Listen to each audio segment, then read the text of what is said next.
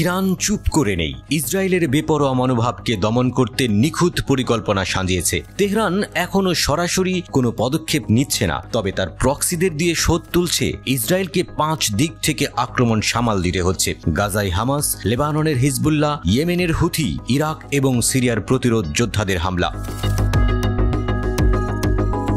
Yemeni সশস্ত্র বাহিনী এবং ইরাকের ইসলামিক প্রতিরোধ গাজায় গণহত্যার প্রতিশোধ হিসেবে ইসরায়েলি সরকারের বিরুদ্ধে আরেকটি যৌথ অভিযান চালিয়েছে। একটি বিবৃতিতে ইয়েমেনের সশস্ত্র বাহিনী বলেছে, দখলকৃত বন্দর শহর আল রাশরাশে একটি গুরুত্বপূর্ণ ইসরায়েলি লক্ষ্যবস্তুতে আঘাত করা হয়েছে। আল রাশরাশ ইলাত নামেও পরিচিত। বিবৃতিতে জানানো হয়, প্রতিরোধ বাহিনী বেশ কয়েকটি ড্রোন দিয়ে সফলভাবে লক্ষ্যবস্তুতে আঘাত হেনেছে। তবে এখন পর্যন্ত হতাহত বা ক্ষয়ক্ষতির কোনো তথ্য প্রকাশ করেনি তেল আবিব।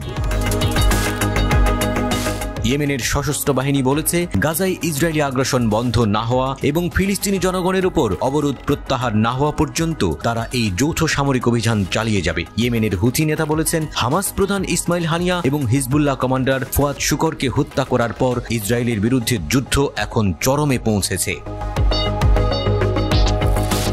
আব্দুল মালিক আল হুথি জানিয়েছে, হামাস নেতা ইসমাইল হানিয়া এবং হিজবুল্লাহ কমান্ডার ফুয়াদ শুকরকে হত্যা করে ইসরায়েল এই অঞ্চলের পরিস্থিতিকে ব্যাপকভাবে তাঁতিয়ে তুলেছে। ইসরায়েলি দখলদার বাহিনী ইরান ও লেবাননের সার্বভৌমত্ব লঙ্ঘন করে প্রতিরোধের অক্ষের শীর্ষ নেতাদের হত্যা করেছে বলে দাবি করেন আব্দুল মালিক আল হুথি।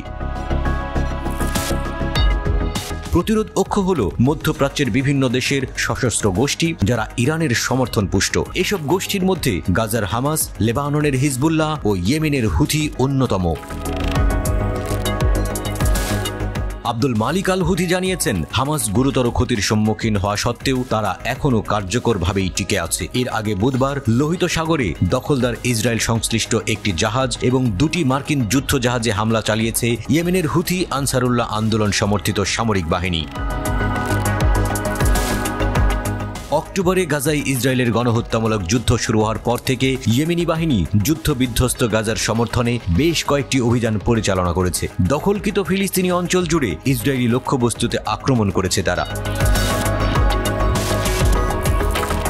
গত নভেম্বর থেকে ইসরায়েল সংশ্লিষ্ট জাহাজকে টার্গেট করেছে ইয়েমেনি সশস্ত্র বাহিনী। এই হামলার কারণে বিশ্বের সবচেয়ে বড় জাহাজ ও তেল কোম্পানিগুলোকে বিশ্বের অন্যতম গুরুত্বপূর্ণ সামুদ্রিক বাণিজ্য রুটের মাধ্যমে ট্রানজিট স্থগিত করতে বাধ্য করেছে।